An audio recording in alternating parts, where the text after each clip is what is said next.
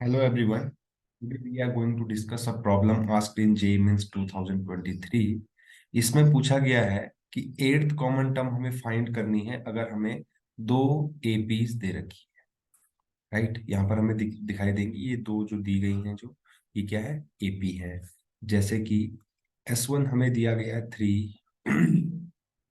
Series दी गई है यहाँ पे। सीरीज क्या होती है? जब हम सारी टर्म्स को प्लस साइन के साथ लिखते हैं तो उसको हम सीरीज बोलते हैं। अगर इस सीरीज में आप देखें, इस सीरीज में डी की वैल्यू है 4। सेकंड सीरीज को अगर हम लिखते हैं, उसमें हम डी की वैल्यू को फाइंड करें अगर, तो उसमें डी की वैल्यू आ जाएगी d is equal to 5। Right, अगर आप किसी भी नेक्स्ट टर्म से पहले वाली टर्म को माइनस करेंगे तो हमें कॉमन डिफरेंस मिलेगा जो कि डी इक्वल टू 5 है। राइट, कभी भी अगर दो एपी में कॉमन टर्म निकालनी है, राइट, कॉमन कॉमन टर्म या कॉमन एपी, इनसे इनके कॉमन टर्म से एक एपी बनने वाली है। उस एपी के लिए डी की वैल्यू, इसको D1 बोल देते हैं, इसको D2 बोल देते हैं। तो डी की वैल्यू हो जाएगी LCM of D1 comma D2। हमेशा ध्यान रखें, कभी भी अगर कॉमन एपी निकालनी है तो उसका जो कॉमन डिफरेंस होगा, दोनों जो एपी दे रखी है उनके कॉमन डिफरेंस का एलसीएम होगा। तो दोनों का एलसीएम अगर आप फाइंड करो तो डी इज इक्वल टू आ जाएगा 20। राइट, तो जो हमें एपी मिलने वाली है उसका जो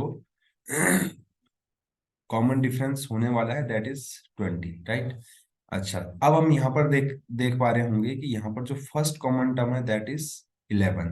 राइट, जो नेक्स्ट कॉमन टर्म होगी वो डी इक्वल टू 20 के बाद हमें मिलने वाली है।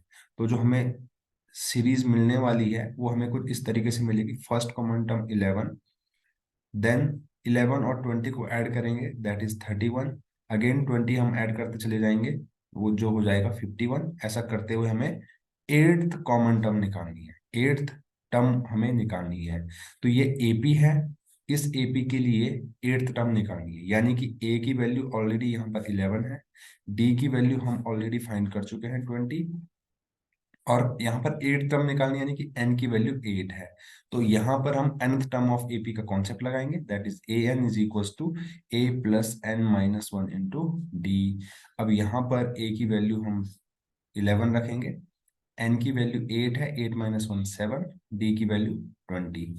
राइट, 27 जा 140 and 151 will be the answer. तो यहाँ पर ए एट जो है, एट्थ कॉमन टर्म जो होगी वो 151 हो जाएगी। यही हमारा आंसर है। अगर आपको सॉल्यूशन पसंद आया तो चैनल को सब्सक्राइब करना ना भूलें।